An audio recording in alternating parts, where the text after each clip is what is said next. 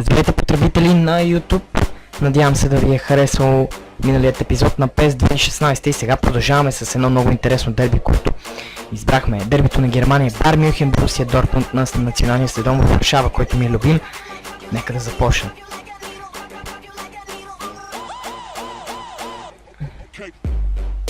Националният стадион във Варшава ни се много хубав, уникално красив.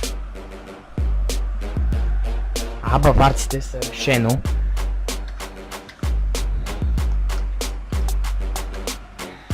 успява защитата на Мюнхен да се справи. Левандовски. Поляка продължава Левандовски! Прекрасен удар по посока вратата на Бюрки. Хвърли се в ответния гол, вратаря на Борусия получава. Шанс отбора на гостите. Каква хубаво центриране. Удар към вратата на Мануел Нойер. Това беше Вайгъл. Прекрасно изпълнение. Баварците до откриване на резултата. Алонсо.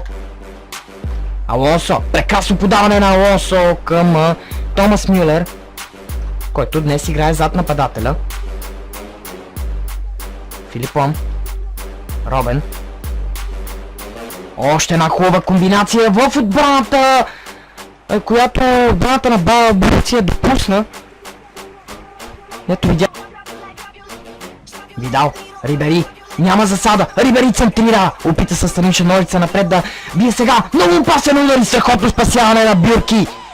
Чаби Алонсо намери топката от въздуха и имаше много време да си я нагласи и да стреля. Направи го по един много хубав начин и само добрата намеса на вратаря на Дортмунд. Още една възможност там. Видяхте удара с глава на Робен. Добре намери топката. Натиска на баварците продължава да се усилва. Робен преминава като напад през няколко футболисти. Какъв гол на Робен! 1-0 за Байер Мюнхен. Прекрасно попадение на Арjen Робен. И той показва защо му гласувам доверие. Прекрасно попадение. Удар с левия крак по посока вратата на Бюрки. Този път вече нямаше какво да направи. Освободи се от няколко защитници. Пиер-Емерик. И добре го прави до момента. Гонсало Кастро. Артур Видал. Фалшо изпълнение и страхотно спасяване на Бюрки. Още една намеса. Гонсало Кастро, мисля, че беше най-съобразителен в отбраната. Сега възможно за Артур Видал. Добре излиза в наказателното поле и стреля. Бюрки отново се хвърля в същия ъгъл. Край на първото полувреме. Отборът на Борусия Дортмунд е надигран.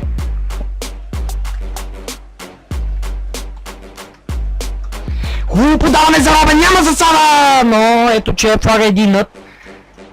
Има такава. Малко назад отбраната беше Арjen Робен. И сега Филип Лам продължава съвсем сам Лам. Удар на Лам, 2-0. Прекрасно изпълнение на Филип Лам. И отбора на Байер Мюнхен вече води с 2-0. Мина като напарат Филип Лам през няколко футболисти. Добре изигра тази ситуация. Реши да не подава и да залага на индивидуалната акция и сполучи прекрасно попадение на Филип Лам. И в тази минута вече горе-долу матчът придобива друг вид.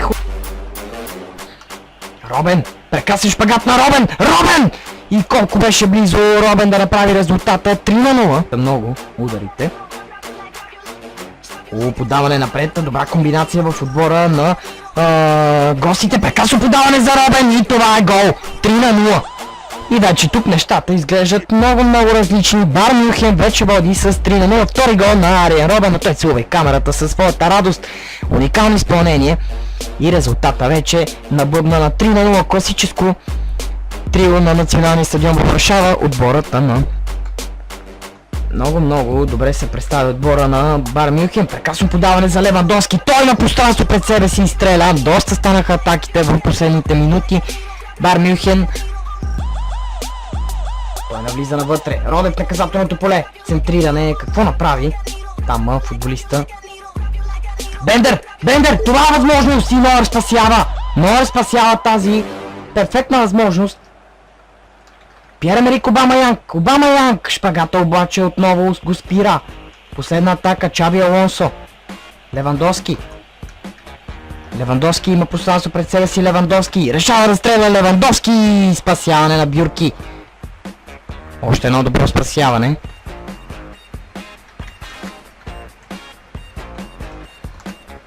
Центриране, удар с глава там на Чаби Алонсо.